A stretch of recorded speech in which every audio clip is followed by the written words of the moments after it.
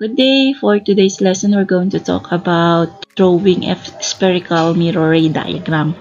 Kung paano gagawin. So, meron lang dapat kayong tatlong ray na dapat tandaan sa lesson na to. Unahin natin ang concave mirror. So, concave mirror po, siya po ay curved inward. Yan, inward siya naka-curve. So, makikita nyo, the center and the focus po ay nasa labas bago mag-mirror. So, unang ray natin, siya po ay tatama sa center. Then, pagdating niya sa mirror, babalik siya doon sa atin pong center. Pabalik dyan. Yan. And then, second light ray natin, parallel ang travel niya sa principal axis. Ibig sabihin, straight line lang siya. Pagdating, tumama sa atin pong concave mirror, magre-reflect back siya papunta sa focus. Yan. Makikita nyo, straight line, then pagtama sa mirror, babalik sa focus. The third light ray naman natin is, diretso siya sa focus. Pagdating niya sa focus, papastro lang siya doon, tatama sa atin pong mirror. The mirror will reflect it. So, ang kanya namang way ng reflected ray ay parallel sa atin pong principal axis. So, yun po yung tatlo. Sa convex rather, ito naman sa convex natin, as you can see, is baliktad naman ang position ng focus and center. The focus and center is behind the mirror itself. This is the mirror. This is the mirror. Convex. Curved outward. So, in this case, again, ang unang ray ay tatama lagi sa C. Dahil ang C natin ay nasa loob ng mirror, behind the mirror siya, therefore, mag-draw tayo ng broken lines. So, ganun pa rin, diretso sa C, pagtama kay mirror, babalik. So, in this case, draw a broken line toward the C. Gumamit po ng ruler para straight. Then, we have the second ray. Again, the second ray is a parallel to the principal axis.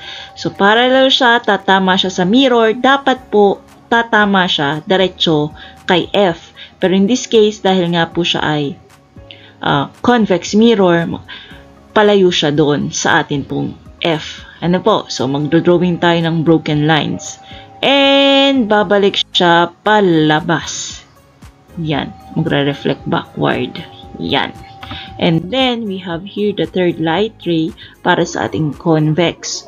So, ito naman po ay dapat pong tumama kay F, pagkatapos ay babalik parallel to the principal axis. So, makita nyo, una po ay tumama siya dito kay mirror at dahil nga po siya ay convex, broken lines na po papunta kay F. And then, ito yung tinamaan niya sa mirror, dito tayo magdodrawing ng parallel line towards or parallel line to the principal axis. Kung saan tayo nag-intersect ng first two rays, doon tayo mag-form ng image. For example, in this case, it's between C and F. Here is another example. Okay, draw the parts of the mirror diagram.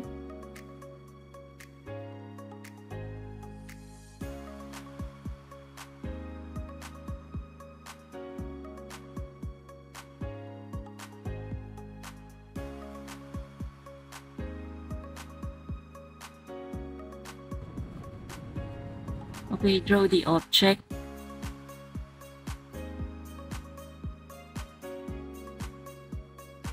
So you have to always start on the top of the object. So the first ray begins on the top of the object straight to the center or C.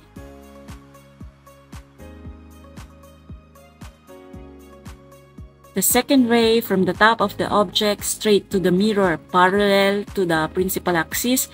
And then once na nasa mirror na, magre-reflect siya towards the focus or F.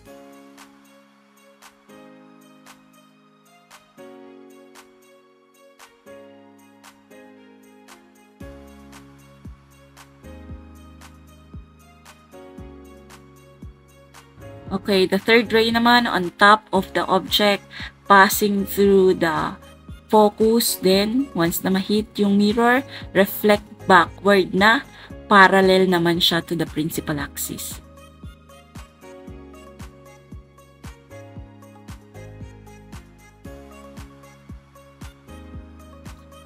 And kung saan again nag-intersect yung first two rays, in this case tatlo nga sila, doon tayo mag-form ng image.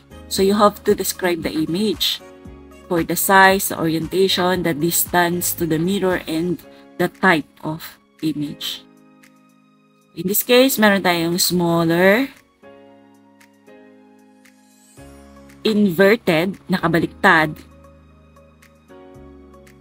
closer to the mirror closer to the mirror. And lastly, the type is real. Real kasi siya ay inverted.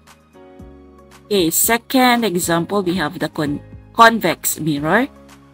Again, the first step is to draw the parts of the mirror.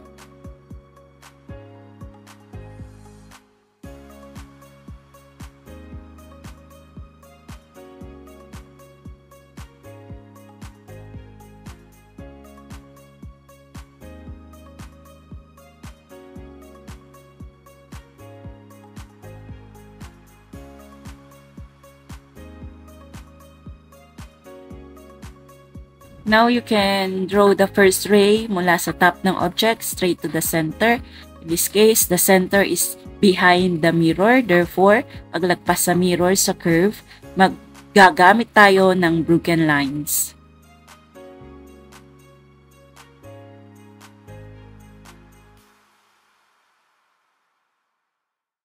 Second ray naman, from the top of the object again, straight to the mirror. So, dahil nasa likuran po yung atin pong focus, broken lines pa rin po mula doon sa kurbado ng ating mirror towards the F.